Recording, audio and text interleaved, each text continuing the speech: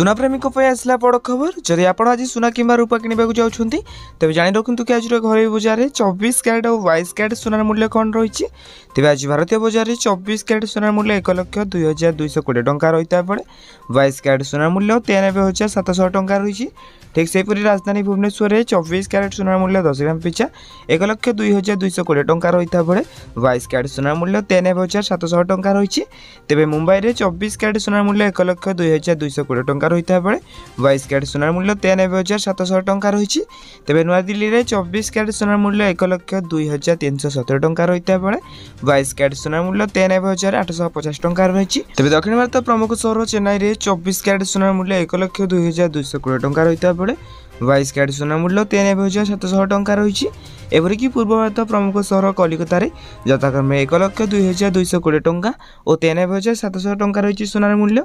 अन्यपटे रूपा मूल्य किलो पिछा 1,15,000 टंका होइछि। तेबे एटा थिला आज दिन सुनार पर सठिक मूल्य। जदि आपण माने आको बेली सुनार पर सठिक मूल्य जानिबाक चाहतांती तेबे आम चैनल को सब्सक्राइब करि पाखरे आस्तो बेल आइकन को ऑल बटन में सेट करे सहित वीडियो हेल्पफुल होइतिरे नियति भाबे वीडियो को लाइक करि डिस्क्रिप्शन रे टेलीग्राम चैनल लिंक अछि जाय कि आपण माने जॉइन जानतु।